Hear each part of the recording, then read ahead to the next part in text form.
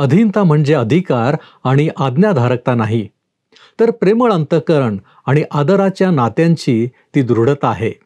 काय आपणामध्ये अधीनता आहे?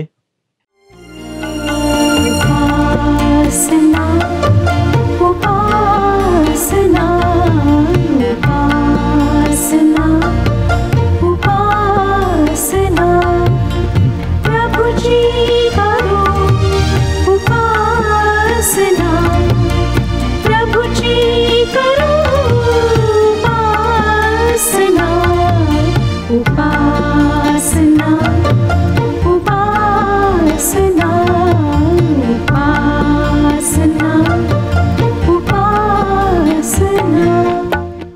प्रिय बंधू आणि भगिनींनो, आपला तारणारा प्रभू येशू ख्रिस्त याच्या सामर्थ्यवान नावात आपणा सर्वांचे उपासना कार्यक्रमात हार्दिक स्वागत.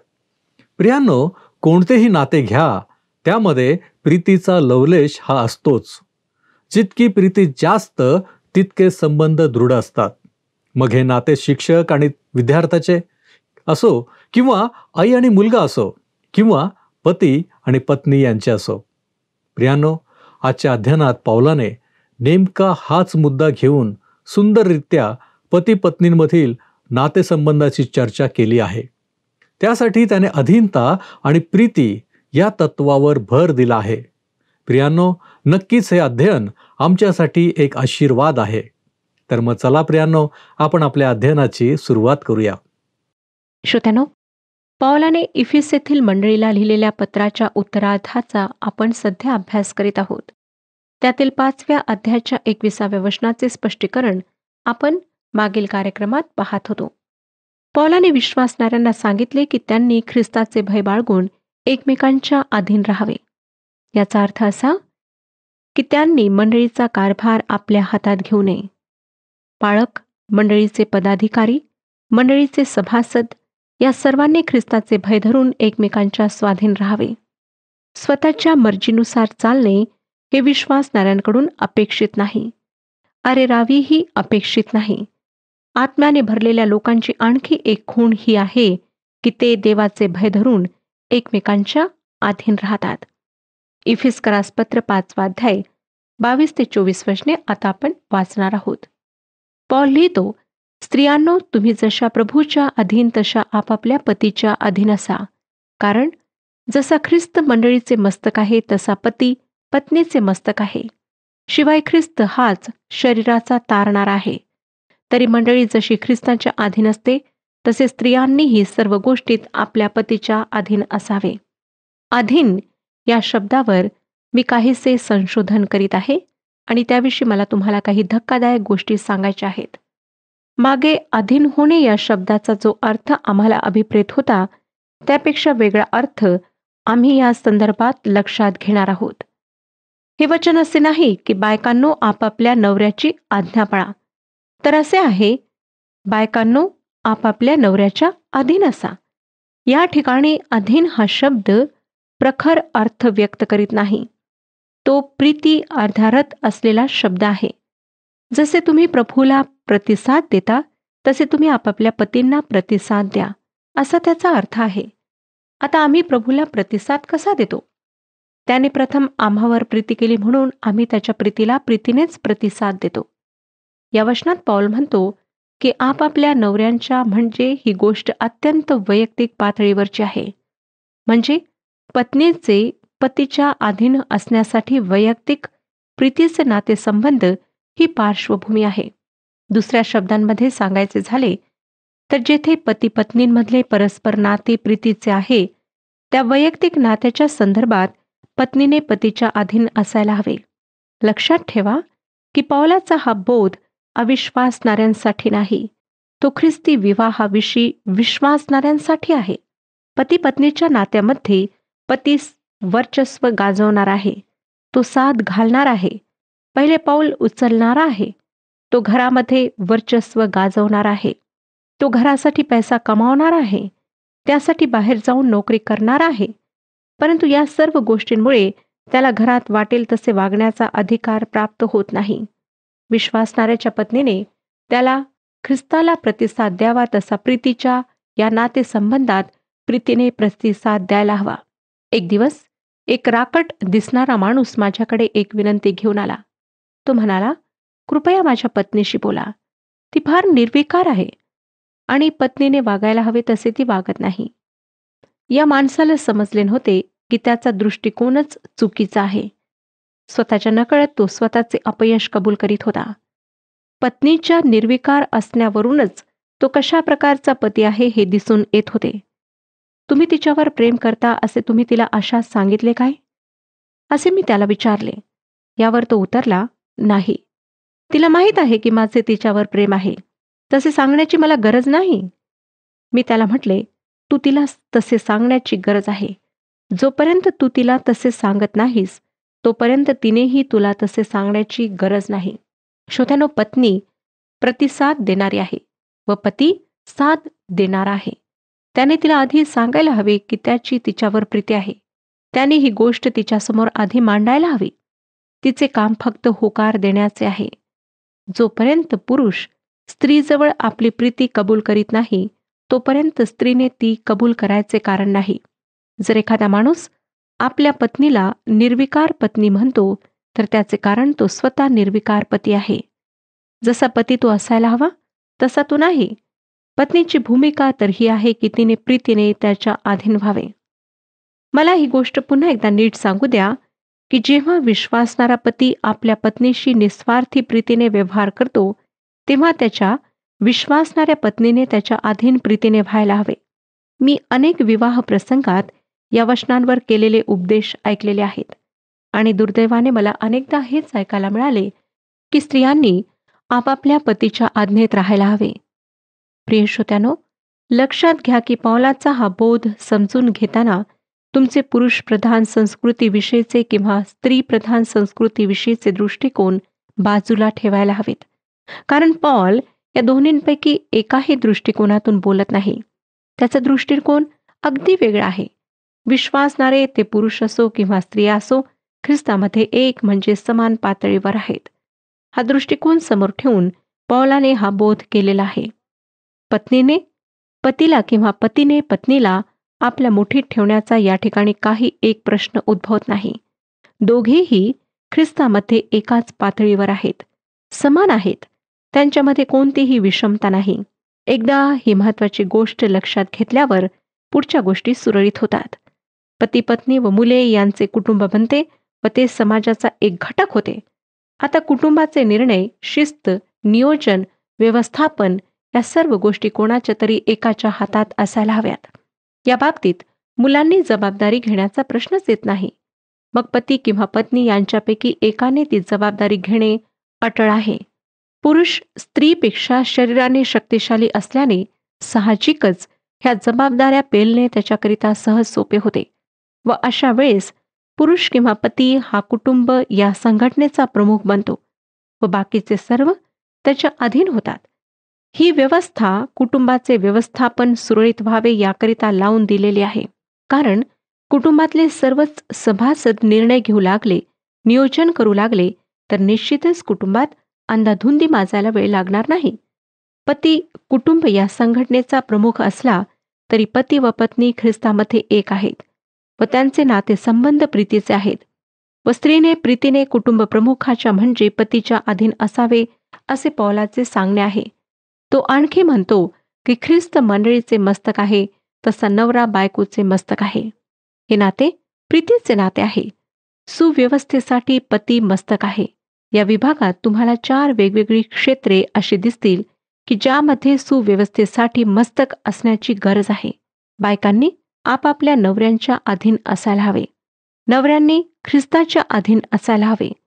मुलांनी आईवडिलांच्या अधीन असायला हवे आणि नोकरांनी मालकांच्या अधीन असायला हवे. हे अधीन होणे प्रीतीमध्ये व्हायला हवे. जी व्यक्ती तुमच्यावर प्रीती करते तिला स्वेच्छेने अधीन होणे आहे. अशा प्रकारचे हे नाते असायला हवे.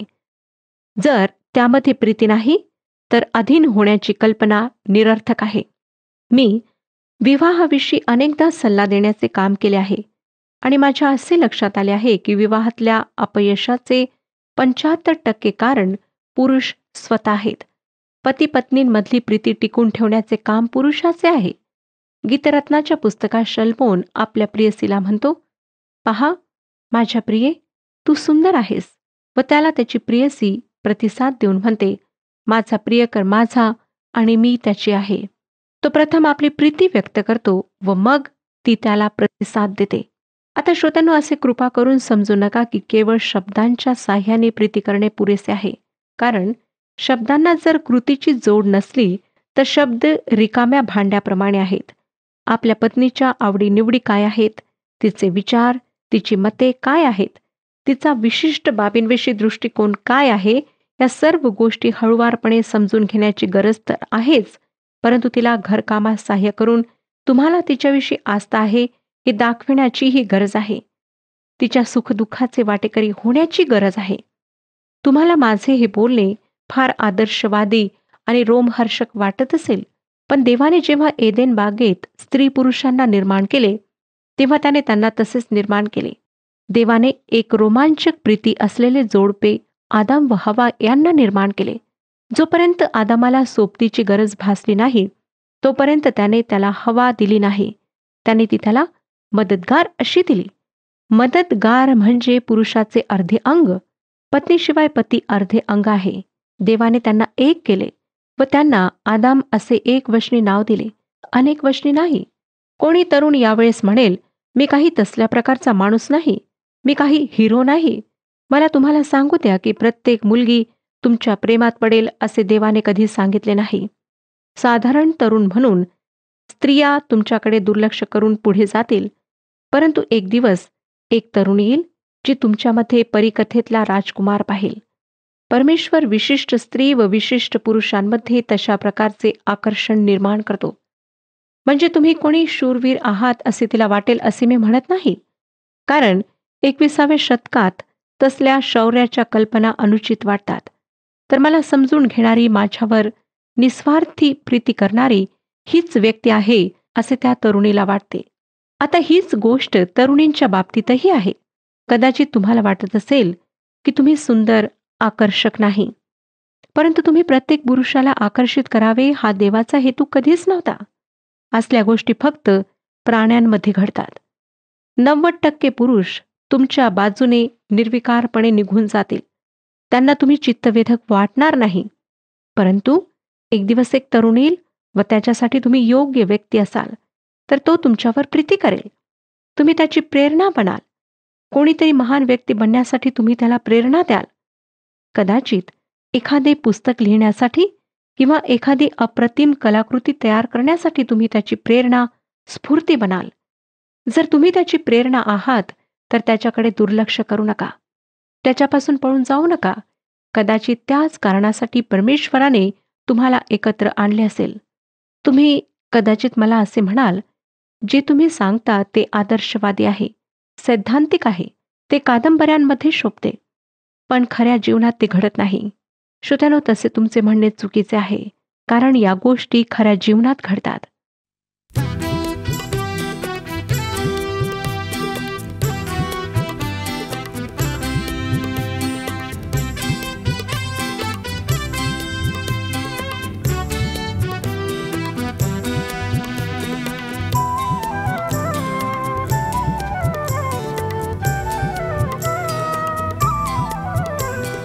येशूने मला तारिले, ऐसे विश्वासले.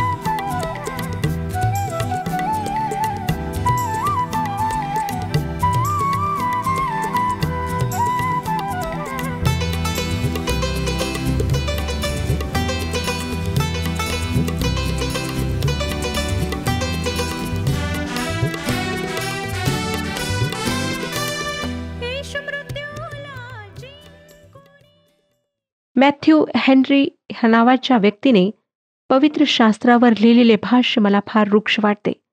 परंतु तरुण उपदेशक म्हणून त्यांचे जीवन रोमहर्षक व अद्भुत होते.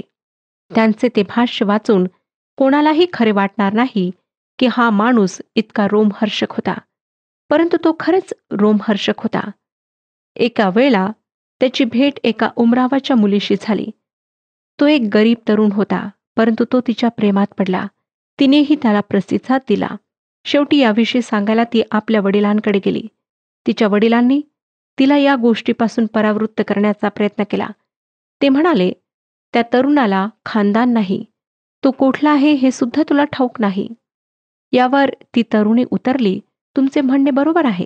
तो कोठून आला आहे हे मला माहीत नाही, पण तो कोठे जात आहे हे मात्र मला माहीत आहे आणि मला त्याच्याबरोबर जायचे आहे. आणि श्रोत्यानो, खरोखर ती त्याच्याबरोबर गेली. नथॅनिएल हॉथॉर्न हा एक कारकून होता.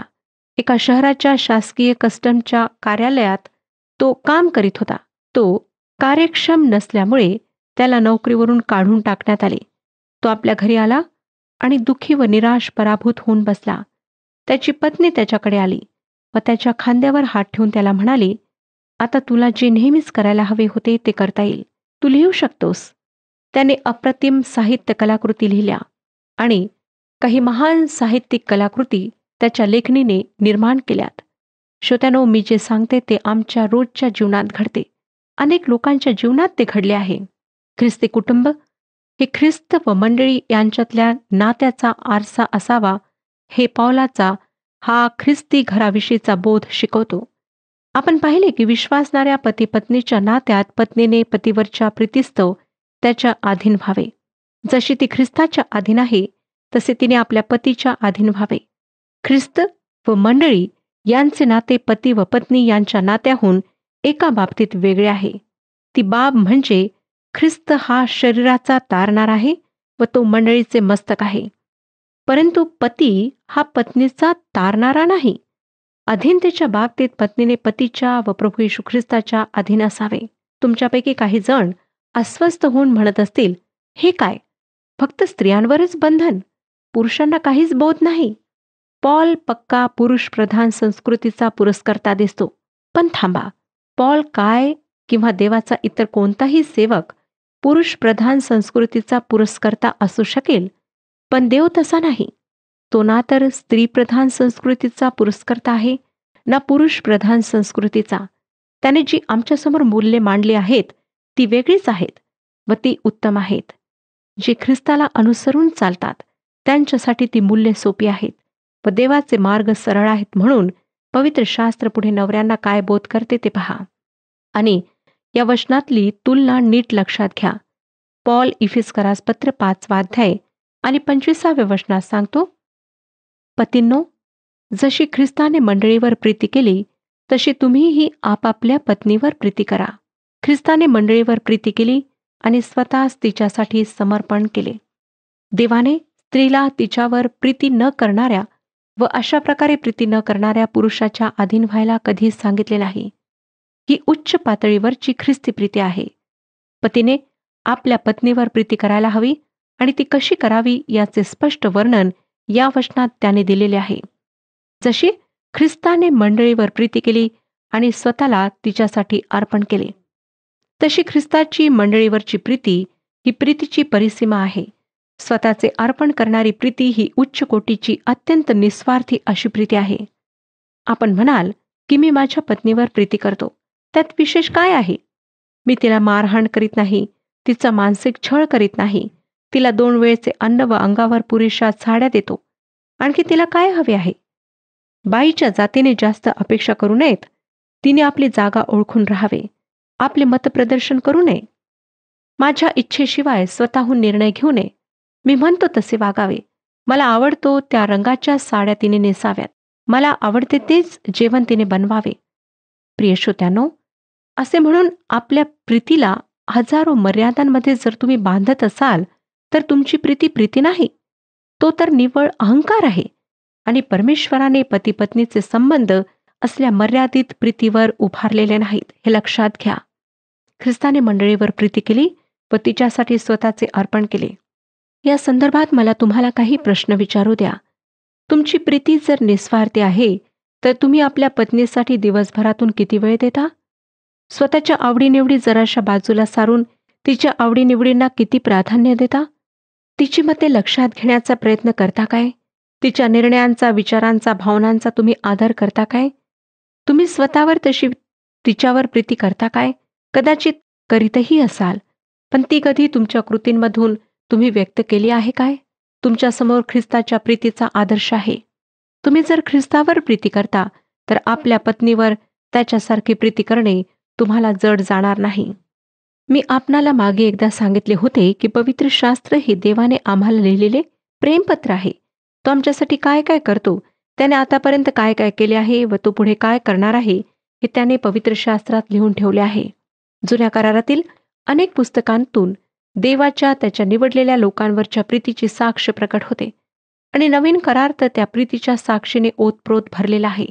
योहान 3:16 मध्ये आपण वाचतो की देवाने जगावर एवढी प्रीती केली की त्याने आपला एकुलता एक पुत्र दिला. नंतर योहानाच्या पहिल्या पत्रात तो साक्षात प्रीती आहे हे आपण वाचतो. श्रोत्यानो, खरोखर देवाची तुमच्या व माझ्यावरची प्रीती अमर्याद, अप्रतिम, अजोड, अथांग आहे आणि त्याच्या या प्रीतीची आमच्यावरची बंधने इतकी अतूट व मजबूत आहेत की त्या प्रीतीपासून आम्हाला कोणतीही सत्ता, कोणताही अधिकार कधीच वेगळे करू शकणार नाही. ही देवाची प्रीती आहे, ही ख्रिस्ताची प्रीती आहे आणि पवित्र शास्त्र नवऱ्यासमोर या प्रीतीचा आदर्श घालून देते व त्यांनी आपापल्या पत्नीवर ख्रिस्ताने मंडळीवर केली तशी प्रीती करावी अशी त्यांच्याकडून अपेक्षा करते. या प्रीतीचे वर्णन करिंथकरास पहिले पत्र 13व्या अध्यायामध्ये दिलेले आहे. आपण हा अध्याय अवश्य वाचा. पॉल नवऱ्यांना या प्रीतीविषयी बोध करीत असताना पुढे काय सांगतो ते पहा.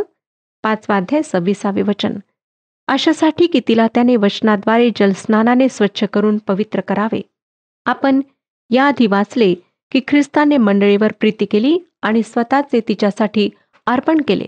ही गोष्ट भूतकाळात घडली. सध्या म्हणजे वर्तमान काळात तो देवाच्या वचनरूपी जलाने मंडळीला शुद्ध करीत आहे. पवित्र शास्त्र हे शुद्ध करणारे आहे व ते रेडिओ किंवा टीव्हीवर जाहिरात केलेल्या कोणत्याही साबणापेक्षा अधिक प्रभावी आहे. पवित्र शास्त्र तुमच्या जीवनातले फक्त डागच मिटवणार नाही, तर ते तुमच्या जीवनाचे आणखी डाग पडण्यापासून संरक्षण करते. मला वाटतं श्रोत्यानो की आम्हा प्रत्येकाला आध्यात्मिक जलस्नानाने शुद्ध होण्याची गरज आहे. आमचा ख्रिस्तामध्ये नवीन जन्म झाल्यानंतर आम्हाला आत्मिक स्वभाव म्हणजे नवीन स्वभाव प्राप्त होतो, परंतु तरीही आमचा जुना स्वभाव कधीकधी डोकेवर काढण्याचा प्रयत्न करतो. तसे होऊ नये व नवीन स्वभाव अधिक निखरत जावा यासाठी आम्हाला देवाच्या वचनरूपी जलस्नानाची गरज आहे. किंवा अगदी सोपे व व्यावहारिक उदाहरण द्यायचे झाले तर असे म्हणता येईल की समजा अनेक महिने आंघोळ न केलेल्या अंगावर मळाची पूड चढून अगदी काळ्याकुट्ट झालेल्या अंगावर चिंध्या असलेल्या भिकाऱ्याला एकदा स्नान दिले तर तो स्वच्छ होईल. त्याच्या चिंध्या जाऊन त्याला नवीन कपडे घालायला देण्यात येतील. परंतु त्या आंघोळीने आलेली स्वच्छता जर टिकून ठेवायची असेल तर त्याने रोज आंघोळ करून स्वच्छ व्हायला हवे. होय ना श्रोत्यानो? त्याच कारणासाठी आम्हीही रोज रोज आंघोळ करतो. तसेच आत्मिक जीवनाचेही आहे. आमच्या जुन्या स्वभावाची घाण आमच्या नव्या स्वभावाला चिटकू नये म्हणून देवाच्या वचनाच्या जलाचे स्नान आम्ही घेणे अगत्याचे आहे. परमेश्वर आपल्या विश्वासूपणामुळे आम्हाला सर्व पापांची क्षमा देतो. आम्हाला तो आमच्या जीवनातील सर्व वाईट गोष्टींपासून दूर करतो आणि पुन्हा ते पाप न करण्याची आम्हाला सुज्ञता पुरवतो. देवाच्या वचनरूपी जलस्नानाचे हे एक छोटेसे उदाहरण आहे आणि आम्हा प्रत्येक विश्वासणाऱ्याला या स्नानाचे अगत्य आहे. परमेश्वर पिता आपणा सर्वांस आशीर्वाद देव आणि ह्या वचनानुसार चालण्याकरिता आपणाला मार्गदर्शन आणि सहाय्य पुरव.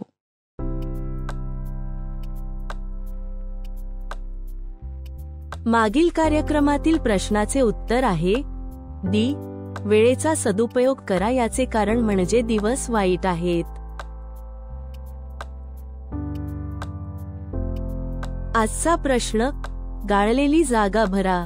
ख्रिस्त हा शरीराचा टिंब आहे. ए. मस्तक, बी. मुख्य, सी. तारणारा, डी. अवयव.